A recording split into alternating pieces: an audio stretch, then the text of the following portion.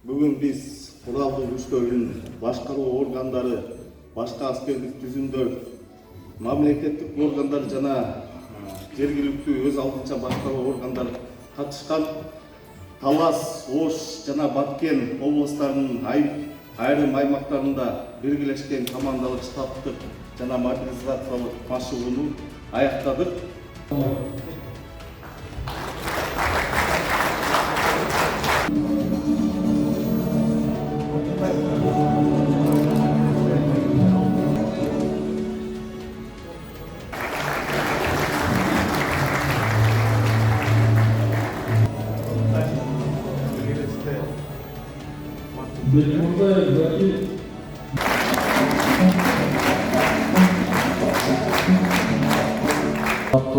Бүгүнкү коопсуздук 2024 биргелешкен командалык штабтык жана мобилизациялык машыгуунун катышуучулары бүгүн мына сиздер менен биргеликте 3 күндөн бери биздин ошол машыгуунун жыйынтыгы чыгып отурат.